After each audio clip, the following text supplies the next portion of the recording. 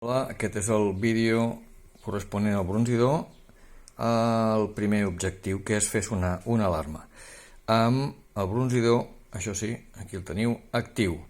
Com sabem que és actiu? Doncs perquè té la panxa negra i només li cal un impuls d'un pin. Bé, com el posarem?